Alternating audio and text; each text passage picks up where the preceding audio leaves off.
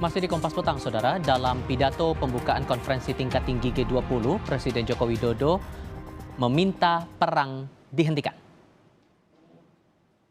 Presiden Joko Widodo meminta agar negara-negara anggota G20 bersatu untuk mengatasi krisis global. Saat membuka konferensi tingkat tinggi G20 atau KTT G20, Jokowi juga meminta agar perang dihentikan. Jokowi menggaungkan persatuan di antara negara-negara G20 dalam mengatasi krisis global. Dia menyerukan para pemimpin dunia yang sebelumnya telah terbelah dapat menjembatani perbedaan. Saat KTT G20 berlangsung, perang antara Rusia-Ukraina terjadi sejak Februari lalu. We have no other option. Paradigm of collaboration is badly needed to save the world. We all have responsibility, not only for our people, but also for the people of the world.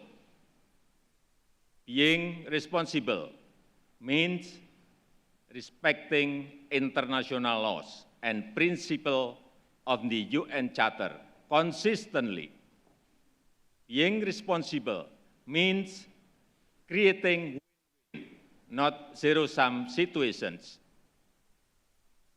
Being responsible here also means that we must end the war.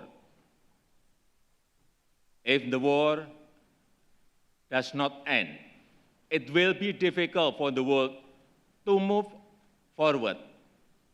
If the war does not end, it will be difficult for us to take responsibility for the future of current generation and future generations.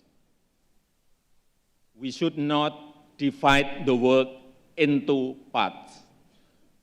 We must not allow the world fall into another Cold War.